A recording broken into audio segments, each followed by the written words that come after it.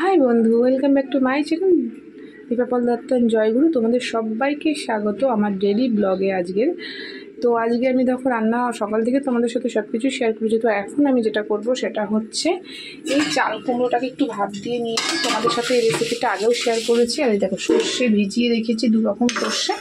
তো এই সর্ষেটা কিন্তু আমি পেস্ট করে নেব।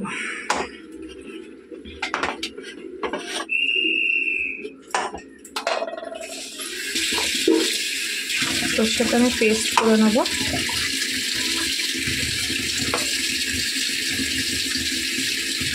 তো দেখো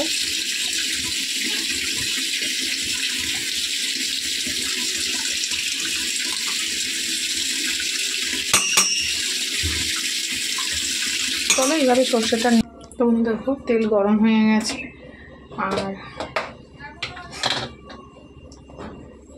এখানে আমার বাটা হয়ে গেছে, পেস্ট করা। তো চলো এগুলোর মধ্যে একটু এই পুর ভরে নিয়ে তারপরে ভেজে নিই।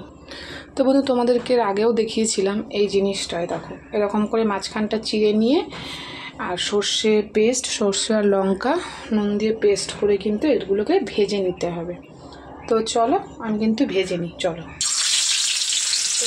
এইভাবেই কিন্তু আমার পাশে থাকো, আমি একটা একটা করে আর 3টে আছে করে নিই। তো বন্ধু দেখো তেলটার কি অবস্থা, আমি এই তেলের মধ্যে এই পুঁই শাকটা করে নেব। তো চলো।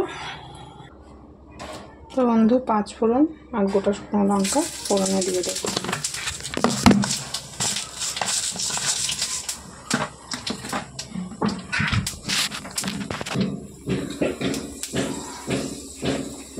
তারপরে এই কেটে রাখা এটা দিয়ে দেবো।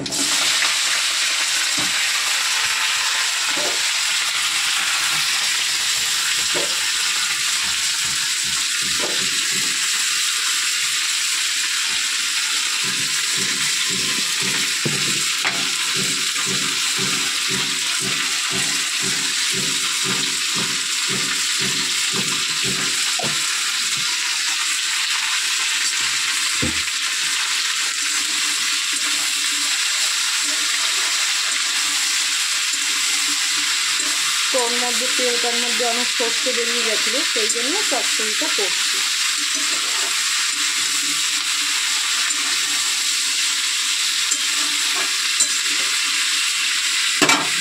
এটা হোক আর এর মধ্যে এইটা ধোয়া জলটা দিয়ে দেবো। আচ্ছা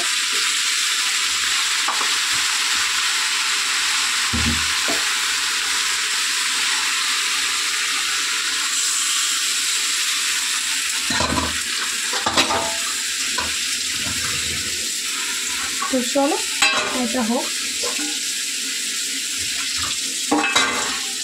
রান্নাঘরের ডেলি ব্লগ তো এখানেই শেষ হলো। এটা ভেজে দিই, চলো এটা ভেজে দিলাম। আর এই দেখো এই চাল কুমড়োটাকে ভেজেছি সর্ষে বাটা দিয়ে। তো এই হলো।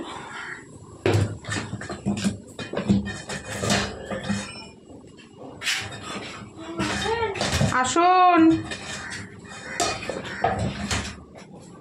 আমি ফোনই করতে যাচ্ছিলাম।